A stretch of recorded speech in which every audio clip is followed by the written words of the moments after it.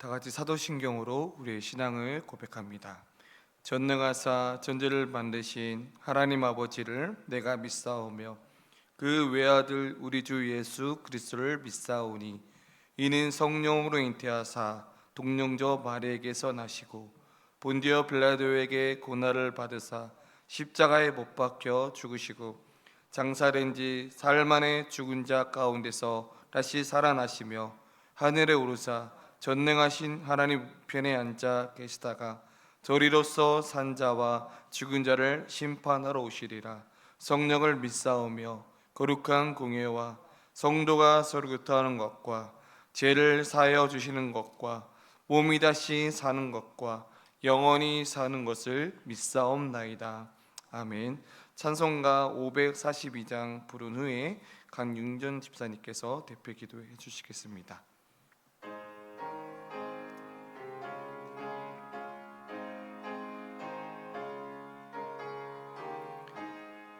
구주 예수 의지함이 심히 기쁜 일일세 영생 허락 받았으니 이심 마주 없도다.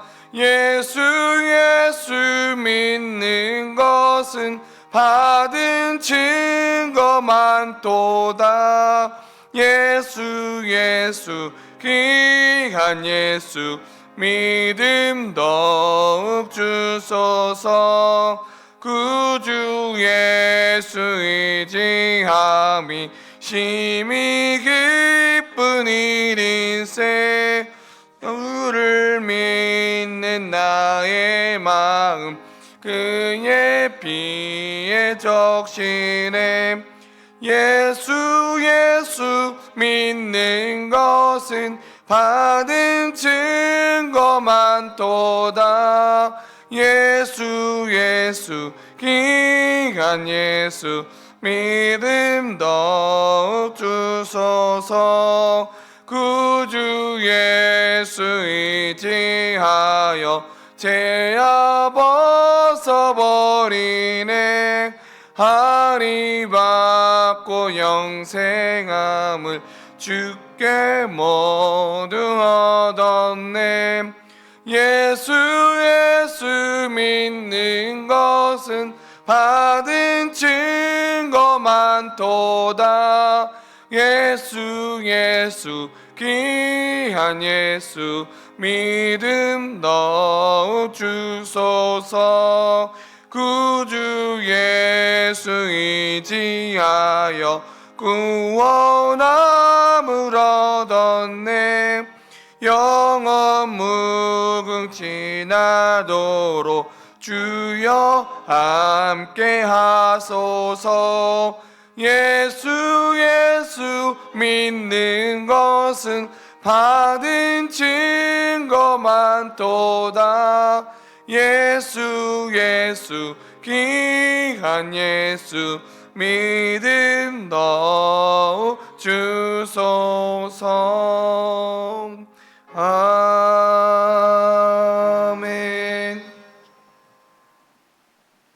참 좋으신 하나님 아버지, 주님의 사랑으로 지켜주시고 하나님을 예배하는 복된 자리로 인도하여 주시니 감사합니다. 우리의 마음과 영혼이 온전히 주님만 바라보게 하시고 주님만 높이게 하는 삶이 되기를 소망합니다. 하나님, 항상 감사함으로 살아가야 함에도 그렇지 못했음을 고백합니다. 주님과 동행하지 못한 저희들을 용서하여 주시옵소서. 작은 것에도 주님께 감사하며 살아갈 수 있도록 인도하여 주시옵소서. 가정의 달 5월입니다. 가정마다 주님의 평강과 사랑이 충만하게 하시고 상한 마음이 있다면 위로하여 주시며 멀어진 마음이 있다면 화해와 이해로 하나 되게 하옵소서. 사람의 힘으로는 서로 화목할 수 없사오니 성령의 능력이 우리 가운데 충만하사 하나님만을 높이며 하나님만을 신뢰하는 삶을 살아가게 하옵소서. 하나님의 뜻 가운데 세워진 성민교회, 서로를 위해 기도할 수 있게 하시고 서로 사랑을 주고받으며 함께 울고 웃을 수 있게 하시고 누군가를 살려낼 수 있는 회복의 공동체 되기를 소망합니다. 성민교회를 통해 하나님의 사랑을 전하고 하나님의 영광이 드러나게 해 주시옵소서. 하나님 아버지, 내일은 효도관광이 있습니다. 하나님의 은혜로 맑은 날씨 주시고 오가는 길 함께하여 주시옵소서. 효도관광을 위해 준비하신 모든 손길을 축복해 주시고 건강하고 즐거운 여행을 다녀올 수 있기를 소망합니다. 주님의 귀한 말씀 듣습니다. 말씀을 전하시는 심주영 목사님, 성령의 충만함을 부어주시고 하나님의 음성을 담대히 선포하게 하시며 듣는 우리 모두가 말씀을 마음에 새기고 삶으로 실천하는 결단의 은혜를 얻게 하옵소서. 이 예배 위에 크신 복을 내려주시고 예배를 통해 지친 자는 길을 찾게 하시며 상한 마음은 주님의 사랑으로 치유되게 하옵소서. 예배를 위해 수고하고 섬기는 손길을 기억하여 주시고 모든 수고의 은혜를 누리게 하여 주시옵소서. 우리를 사랑하시고 감사의 삶을 살기를 원하시는 살아계신 예수 그리스도의 이름으로 기도드렸습니다. 아멘.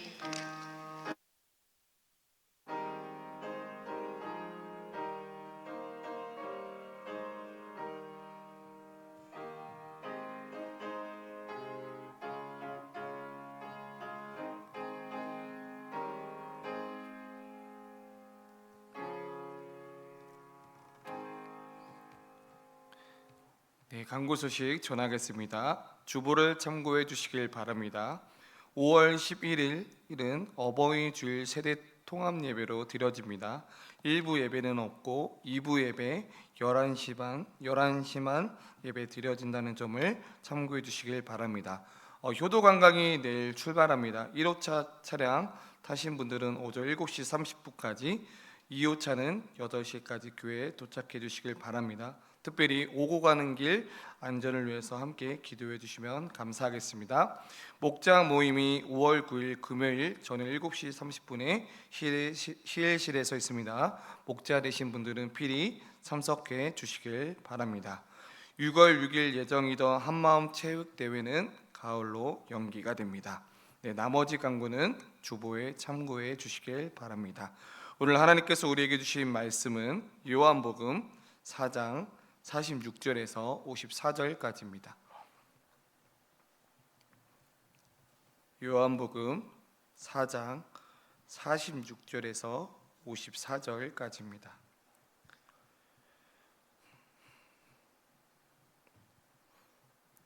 다 자신 줄 알고 저 여러분들이 한 절씩 교독합니다. 예수께서 다시 갈릴리 가나에 이르시니 전에 물로 포도주를 만드신 곳이라. 왕이 신하가 있어 그의 아들이 가버나움에서 병들었더니 그가 예수께서 유대로부터 갈릴리로 오셨다는 것을 듣고 가서 청하되 내려오셔서 내 아들의 병을 고쳐주소서 하니 그가 거의 죽게 되었음이라. 예수께서 이르시되 너희는 표적과 기사를 보지 못하면 도무지 믿지 아니하리라. 신하가 이르되 주여 내 아이가 죽기 전에 내려오소서. 예수께서 이르시되 가라, 내 아들이 살아있다 하시니 그 사람이 예수께서 하신 말씀을 믿고 가더니 내려가는 길에서 그 종들이 오다가 만나서 아이가 살아있다 하거늘 그 낫기 시작한 때를 물은즉 어제 7시에 열기가 떨어졌나이다 하는지라. 그의 아버지가 예수께서 내 아들이 살아있다 말씀하신 그때인 줄 알고 자기와 그 온 집안이 다 믿으니라. 이것은 예수께서 유대에서 갈릴리로 오신 후에 행하신 두 번째 표적이니라. 아멘.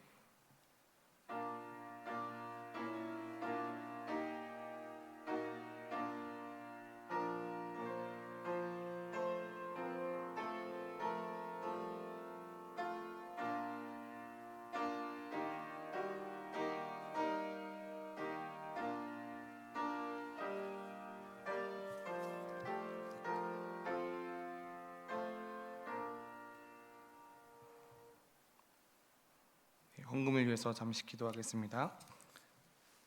사랑과 은혜가 풍성하신 하나님 아버지, 오늘도 저희를 주님의 전에 불러주셔서 말씀으로, 찬양으로, 기도로 은혜를 누리게 하시니 감사합니다. 주님, 우리가 지금 주 앞에 드린 이 헌금은 단지 물질의 드림이 아니라 우리의 마음과 삶을 주님께 올려드리는 믿음의 고백입니다. 한 주간도 주님의 은혜로 살았기에 기쁨으로 예물을 드리오니 주께서 받아주시고 사용하여 주시옵소서. 이 헌금이 쓰이는 모든 자리마다 하나님의 뜻이 이루어지게 하시고 교회가 세워지며 고통받는 자들에게 위로가 전해지게 하여 주시옵소서. 감사하며 예수님의 이름으로 기도드립니다. 아멘. 네, 우리 옆에 있는 분들과 함께 인사했으면 좋겠습니다. 함께 예배함이 기쁨입니다. 네, 우리 앞에 한 번 더 인사했으면 좋겠습니다. 당신을 통해서 믿음이 남긴 흔적이 일어나기를 소망합니다. 네, 당신을 통해서 믿음의 흔적이 남기를 소망합니다. 네, 오늘 우리가 읽은 이 요한복음 4장 46절부터 54절까지의 말씀은 예수님께서 갈릴리 가나에서 행하신 두 번째 표적의 이야기입니다. 물론 이 포도주를 만드신 첫 번째 표적 이후에 예수님께서 다시 가나에 오셨을 때 죽음이 코앞에 닥친 이 아들을 둔 한 신하가 절박한 마음으로 예수님께 찾아옵니다. 이 신하가 이렇게 이야기를 합니다. 주님, 제 아들의 병을 고쳐주소서. 지금처럼 이 가족의 문제, 위로의 한계, 인생의 돌발 변수 앞에서 믿음이 흔들리는 이 시대에 이 본문은 이 믿음의 본질을 우리에게 되묻습니다. 예수님께서 이렇게 말씀하십니다. 너희는 표적과 기사를 보지 못하면 도무지 믿지 아니하리라. 이 말씀은 단지 한 사람을 향한 반응이 아니었습니다. 예수님은 지금 단순히 이 기적을 넘어서 더 깊은 믿음의 여정으로 우리를 초대하고 계십니다. 오늘 우리가 읽었던 이 요한복음 4장은 앞부분에서 삶이 깨어진 사마리아 여인에게 영원한 생수를 주셨습니다. 오늘 우리가 읽었던 이 본문에서도 눈에 보이는 기적보다는 말씀을 믿는 자를 세우시는 예수님의 삶과 모습을 보여줍니다. 오늘날 기적을 찾는 이 시대 속에서 예수님은 여전히 믿음을 찾고 있으십니다. 그렇다면 이 믿음이 어떻게 시작이 되고 또한 자라나며 열매를 맺는지를 오늘 본문을 통해서 함께 살펴보고자 합니다. 오늘 예수님의 모습 가운데는 평상시와는 다르게 예수님께서 단호하게 말씀하신 이유가 문득 궁금하기도 합니다. 그 이유는 그 기적을 조건으로 삼는 믿음에 가진 치명적인 한계 때문입니다. 그래서 오늘 우리가 첫 번째로 생각해 볼 주제는 기적을 조건으로 한 신앙은 불완전하다는 것입니다. 오늘 우리가 읽었던 본문 4장 47절에 그가 예수께서 유대로부터 갈릴리 오셨다는 것을 듣고 가서 청하되 내려오셔서 내 아들의 병을 고쳐주셔서 하니 기록되어 있습니다. 이 왕의 신하는 헤롯 아디파스 궁전의 고위 관료였지만 이 아들의 생명이 위태로운 절박한 그 상황 앞에서는 그의 직업과 권력과 그 지식도 모두 다 소용이 없었습니다. 그는 예수님께 나아왔지만 겉으로만 신앙적인 모습이었습니다. 그러나 그의 신앙의 동기와 깊이를 보게 된다면 예수님이 직접 내려와야 된다라는 기적의 중심의 믿음에 머물러 있게 됩니다. 예수님은 이 눈에 보이는 기적만 의지하는 신앙의 허상을 깨뜨리시며 체험 중심의 신뢰가 진정한 믿음이 아님을 오늘 본문 속에서 드러내고 있습니다. 당시 유대에는 이 병고침을 위해서 많은 민가요법과 또한 랍비 기도에 의존하는 그 문화를 살아가고 있었습니다. 예수님은 가나에서 초표적을 행하시고 예루살렘에서도 많은 기적을 보이셨지만 사람들은 말씀보다 오히려 기적이 계속 되느냐에 따라서 태도를 바꾸는 불신앙을 우리에게 보여주고 있습니다. 그 불신앙이 오히려 또 십자가를 못 받게 되는 그러한 또 그 흐름이 있습니다. 왕의 신하도 그 흐름 속에 있게 됩니다. 그는 예수님을 전능하신 주님으로 보기보단 오히려 자신의 문제 해결자로 제안을 둡니다. 마찬가지로 이스라엘 백성도 동일한 모습입니다. 이스라엘 백성의 불신앙은 단순히 하나님의 능력을 보지 못해서가 아니었습니다. 이스라엘 백성들은 10가지 재앙과 홍해를 가르시는 기적을 분명히 체험했지만 광야의 그 현실적인 어려움 앞에서 하나님을 의심하게 됩니다. 이것은 기적을 보고도 믿지 못하는 신앙의 한계를 보여주고 있습니다. 요나 선지자도 역시 비슷한 모습을 우리에게 보여주고 있습니다. 그는 하나님께 분명한 말씀을 받았지만 자신의 민족의 감정과 편견 때문에 하나님의 뜻을 외면하게 됩니다. 결국 물속이 뱃속에서 기적적으로 구원을 받았지만 여전히 하나님의 긍휼에 대해서 불편해하는 모습을 보여줍니다. 이 두 성경의 사례는 우리에게 중요한 질문을 던지게 됩니다. 우리는 기적이 있어야만 하나님을 믿을 수 있습니까? 참된 믿음은 하나님의 역사 방식이 아니라 그분의 존재와 말씀에 대한 신뢰에서부터 시작이 됩니다. 그래서 로마서 10장 17절은 말합니다. 믿음은 들음에서 나며 들음은 그리스도의 말씀으로 말미암느니라 라고 말씀하고 있습니다. 기적은 믿음을 복두를 수 있지만 이 믿음의 뿌리가 되지 못하게 됩니다. 하나님께서 기적을 행하시는 이유도 우리가 그분이 어떤 분이신지를 알게 하라는 것이지 기적 자체를 우리가 추구해서는 안 되는 것입니다. 오늘날에도 우리의 삶을 살펴보면 어떠한 기적의 신앙, 또한 응답 중심의 신앙, 또한 내가 어떠한 봉사를 함으로써 그 봉사를 통해서 나에게 축복해 주실 거라는 조건부 순종이 많습니다. 때로는 우리의 모습 가운데 이러한 모습이 있지 않습니까? 내 기도가 응답이 안 되면 나는 교회를 떠나겠습니다. 하나님이 왜 이것에 대해서 해결해 주시지 않는 거죠? 병이 낫지 않으면 하나님은 안 계신 겁니다 라고 우리는 그러한 질문과 또 생각을 하게 됩니다. 하지만 오늘 본문은 우리에게 묻습니다. 기적이 없을 때도 진짜 하나님을 믿을 수 있는가? 그 보이지 않아도 하나님의 말씀만 붙들고 살아갈 수 있는가? 진짜 믿음은 상황이 아닌 말씀에 뿌리를 두는 삶이 우리에게 필요합니다. 그렇다면 예수님께서 원하시는 진짜 믿음은 구체적으로 어떤 믿음일까요? 이어지는 이 말씀 속에서 주님의 진짜 믿음이 무엇인지 우리에게 오늘 본문을 통해서 말씀해 주고 있습니다. 두 번째로는 말씀만으로도 충분하신 그 주님을 믿는 믿음이 참된 믿음입니다.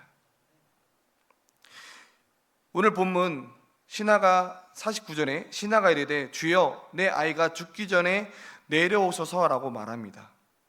이는 이 단순한 부탁이 아니라 예수님이 제발 직접 오셔야만 낫는다라는 그런 믿는 제한된 믿음이 있었습니다.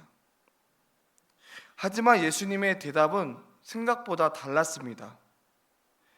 오히려 50절의 말씀을 보니까 가라 내 아들이 살아있다라고 예수님은 이야기합니다. 예수님은 직접 오시지 않고 단 한마디 말씀으로 생명을 살리셨습니다.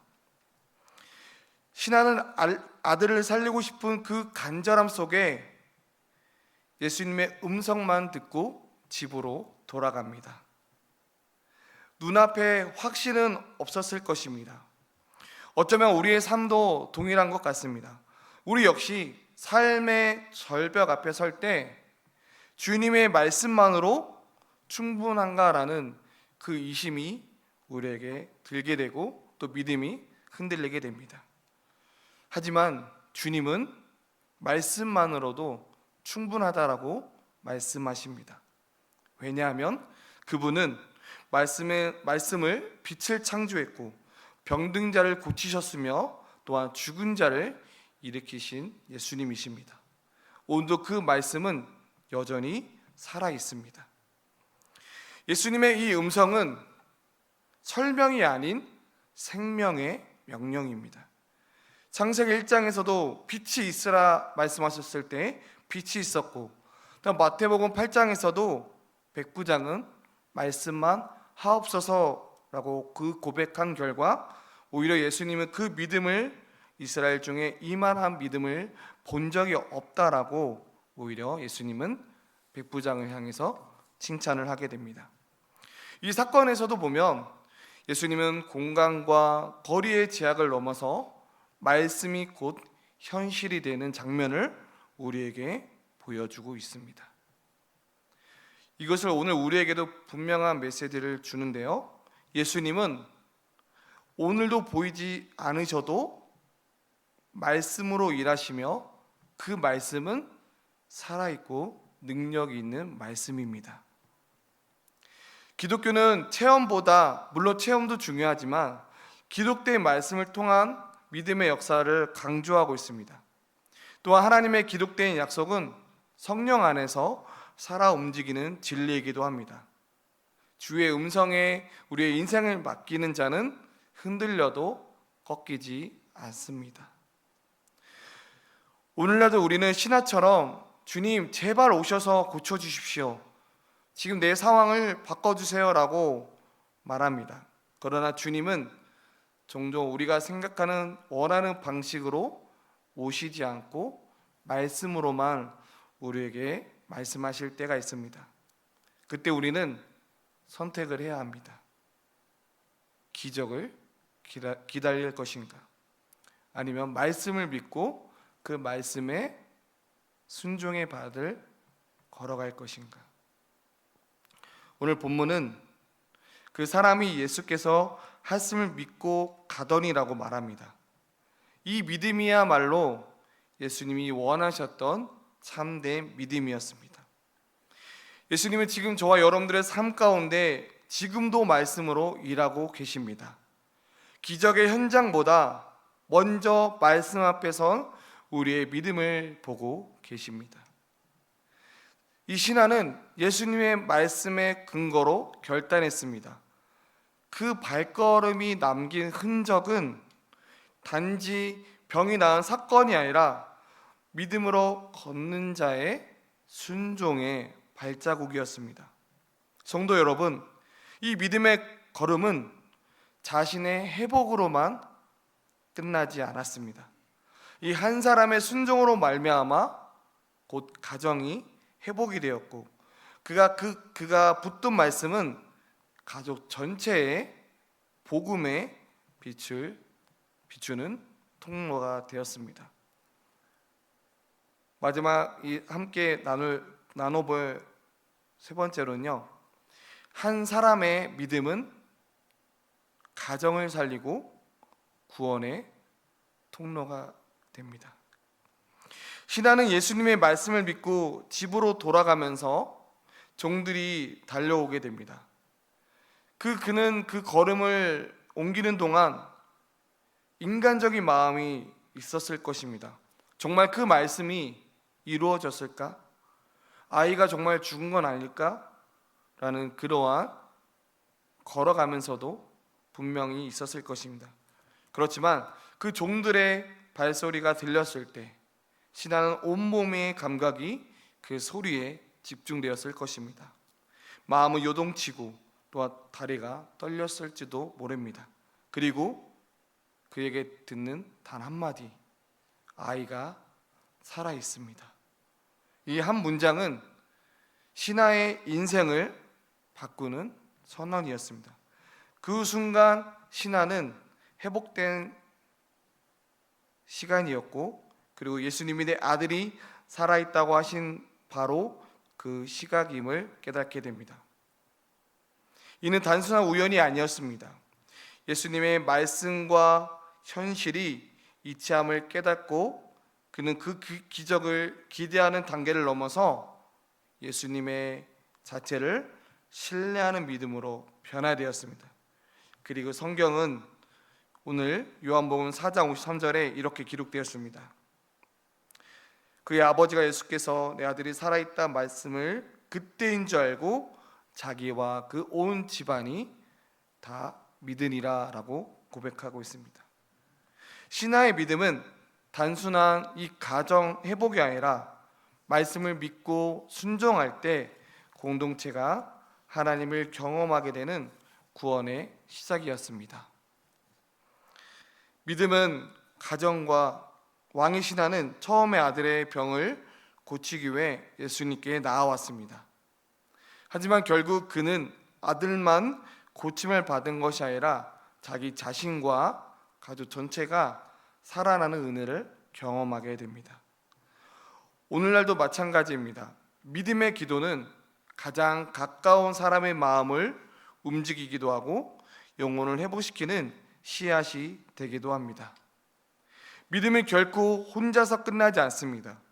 하나님께서 역사하시는 그 방식은 개인을 통해서 또한 가정을 살리고 공동체를 회복시키는 은혜의 전파입니다.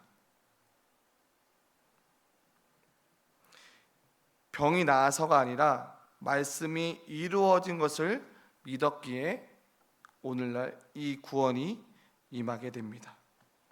이 가정이 구원을 얻은 가장 큰 이유는 말씀을 믿고 그 말씀에 따라 순종했기 때문입니다. 구원은 눈에 보이는 기적을 통해 얻는 것이 아니라 보이지 않아도 말씀을 신뢰하는 그 믿음을 통해서 주어지는 하나님의 은혜입니다.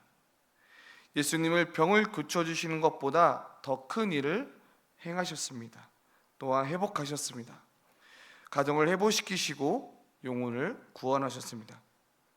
그것이 바로 이 복음의 진정한 능력입니다. 말씀을 맺겠습니다. 사랑하는 성도 여러분, 왕의 신하는 기적을 기대하며 예수님께 나아왔지만 말씀 하나로 걸음을 옮기는 믿음으로 변화되었습니다. 그 믿음은 결국 가정을 살렸고 가정은 믿음의 공동체로 세워지게 되었습니다. 오늘날 우리의 삶에는 어떤 흔적으로 저와 여러분들이 남고 있습니까? 기적을 요구하면서 아직도 머뭇거리고 있지 않습니까? 아니면 말씀을 믿고 순종의 걸음을 떼는 자리입니까?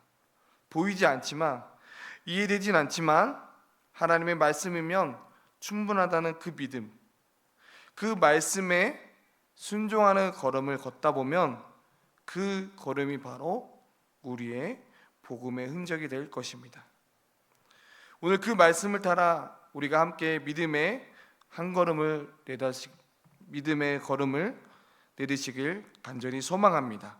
그 걸음이 또한 가정에, 또한 우리 성민교회, 또한 다음 세대에 그 구원의 자취로 남게 되기를 주님의 이름으로 축복합니다.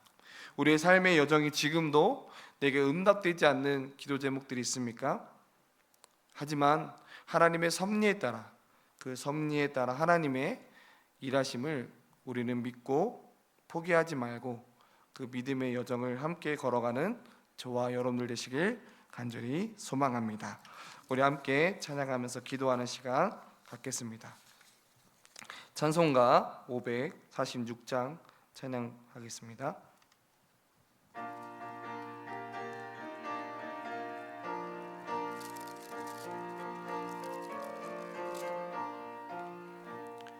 주님 약속하신 말씀 위에서 영원토록 주를 찬송하리라.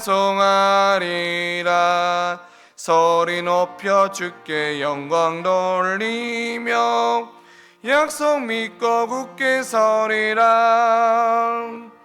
굳게 서리 영원하신 말씀 말씀 위에 굳게 서리 굳게 서리 그 말씀 위에 굳게 서리라 주님 약속하신 말씀 위에서 세상 염려 내게 어습할 때에 용감하게 힘써 싸워 이기며 약속 믿고 굳게 서리라 굳게 서리 영원하신 말씀 위에 굳게 서리 굳게 서리 그 말씀 위에 굳게 서리라 주님 약속하신 말씀 위에서 영원하신 주의 사랑이 믿고 성령으로 힘써 싸워 이기며 약속 믿고 굳게 서리라 굳게 서리 영원하신 말씀 위에 굳게 서리 굳게 서리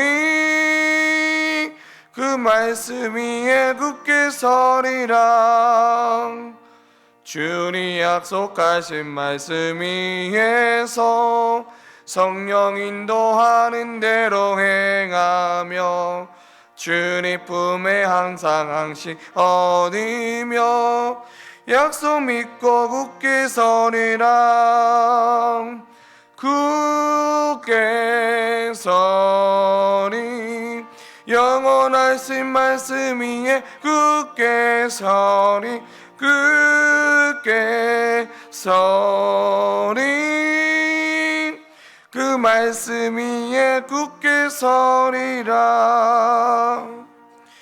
우리 함께 말씀을 생각하면서 함께 기도하기를 원하는데요 첫 번째로 기도하기는 주님 기적보다 말씀을 신뢰하는 믿음을 더하여 주시옵소서 내 삶 가운데 보이지 않지만 이해되지 않지만 주님 말씀 그 말 한마디에 충분하다는 그 믿음을 더하여 주시고 내가 지금 흔들리는 상황 속에서도 말씀만 붙들고 순종하게 하시고 기적이 아니라 주님을 신뢰하는 믿음으로 서게 하여 주시옵소서라고 함께 기도하기를 원합니다.